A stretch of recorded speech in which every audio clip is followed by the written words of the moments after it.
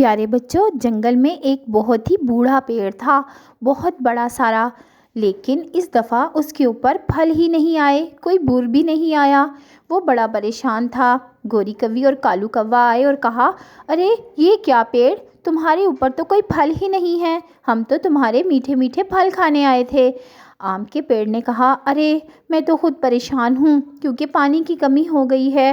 تم اس طرح کرو کہ جا کر اس ساحل کے پاس میرا ایک دوست رہتا ہے چھم چھم بادل، اس کے پاس جاؤ اور اس کو کہو کہ آ کر میرے اوپر برس جائے اور مجھے پھل لگا جائے، کیونکہ جب تک پانی نہیں ہوگا میرے پھل نہیں آئیں گے۔ گوری اور کوا یہ سن کر وہاں سے اڑ گئے۔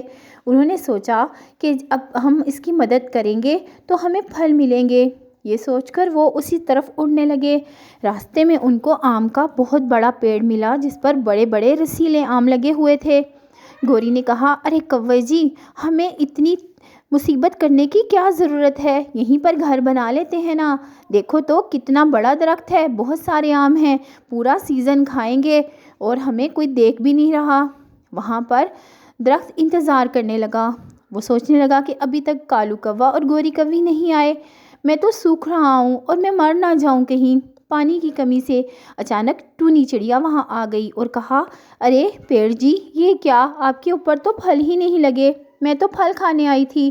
پیڑ نے کہا، ارے ٹونی چڑیا، میرے پر پانی کی کمی ہو گئی ہے، میں نے کالو کوے اور گوری کوی کو بھیجا ہے چھم چھم بادل کی طرف تاکہ وہ آ کر میرے اوپر برس جائے، لیکن وہ ابھی تک نہیں آئے، صبح سے شام ہو گئی ہے اور مجھے ڈر ہے کہ کہیں میں سوکھ سوکھ کر مر نہ جاؤں۔ ٹونی نے کہا، ارے یہ کیا ہو گیا، میں خود جاتی ہوں۔ اس نے کہا کہ ہاں تم جاؤ، تمہاری بہت مہربانی۔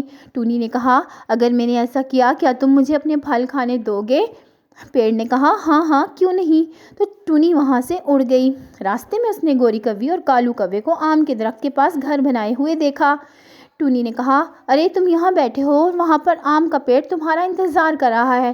گوری نے کہا، جاؤ تم ہی جاؤ، کرو ایسے کام، ہم ایسے کام نہیں کرتے، ہم کوئی اس کے نوکر ہیں، ہمیں اتنا بڑا پیڑ مل گیا ہے دیکھو تو، اور ہم نے یہیں گھر بنا لیا، ہمیں اتنی مصیبت کرنے کی کیا ضرورت ہے۔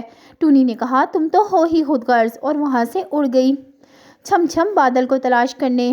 وہ دریا پر پہنچی تو وہاں پر اس نے ایک چھوٹا سا بادل دیکھا جو سو رہا تھا۔ اس نے پوچھا، ننھے بادل، کیا تمہیں پتا ہے کہ چھم چھم بادل کہاں ملے گا؟ اس نے کہا، چھم چھم انکل، ارے وہ آگے بیٹھے ہیں چھم چھم انکل۔ اور ٹونی وہاں سے اڑ گئی چھم چھم انکل کے پاس اور وہ ننھا بادل پھر سو گیا۔ ٹونی چھم چھم کے پاس آئی تو چھم چھم بادل نے کہا، تم یہاں کیا کر رہی ہو چڑیا؟ چڑیا نے کہا، مجھے تمہارے دوست آم کے پیڑ نے بھیجا ہے۔ اس نے کہا، وہ بڑا والا پیڑ؟ ٹونی نے کہا، ہاں ہاں، وہ بالکل سوکھ چکا ہے، اس کے اوپر پانی کی کمی ہے، اس کے ابھی تک پھل بھی نہیں آئے، وہ تمہیں یاد کر رہا ہے۔ بادل نے کہا، یہ کیسے ہو گیا، میں اپنے دوست کو کیسے بھول گیا، مجھ سے بہت بڑی غلطی ہو گئی ہے، میں ابھی جاتا ہوں اپنے دوستوں کو لے کر اور اس پیڑ کے اوپر برسات کرتا ہوں، تم چلو آگے آگے۔ اور پھر ٹونی نے آگے آگے دوڑ لگائی اور بادل اپنے دوسرے ساتھیوں کے ساتھ ٹونی سے بھی آگے چل پڑا۔ ٹونی ان کے پیچھے پیچھے تھی، لیکن بادل کو بہت جلدی تھی اپنے دوست کے پاس پہنچنے کی، وہ اپنے دوست کی مدد جلد کرنا چاہتا تھا۔ ٹونی نے ایک بادل کے اوپر بیٹھ کر ان کی سپیڈ کا مقابلہ کیا اور اڑنے لگے سب کچھ، اور پھر جلد ہی بادل وہاں پہنچ گئے۔ پیڑ نے جب بادلوں کو دیکھا تو خوش ہو گیا۔ بادل نے کہا، ارے پیڑ، مجھے معاف کر دو، میں بھول گیا تھا تمہیں۔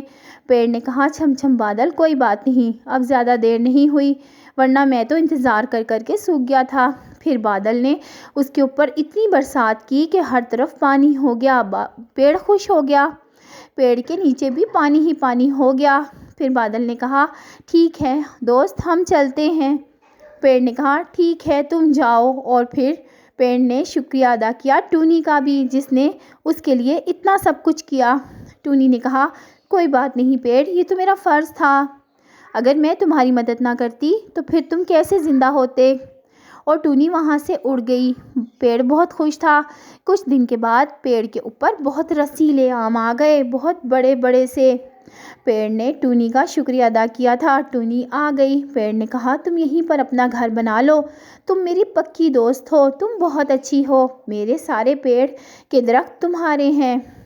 اور پھر ٹونی نے وہاں پر اپنا چھوٹا سا گھر بنا لیا اور پیڑ اس کو میٹھے میٹھے پھل کھلانے لگا، اور ٹونی وہاں بہت خوش تھی کیونکہ پیڑ اب ٹونی کا پکا دوست بن چکا تھا۔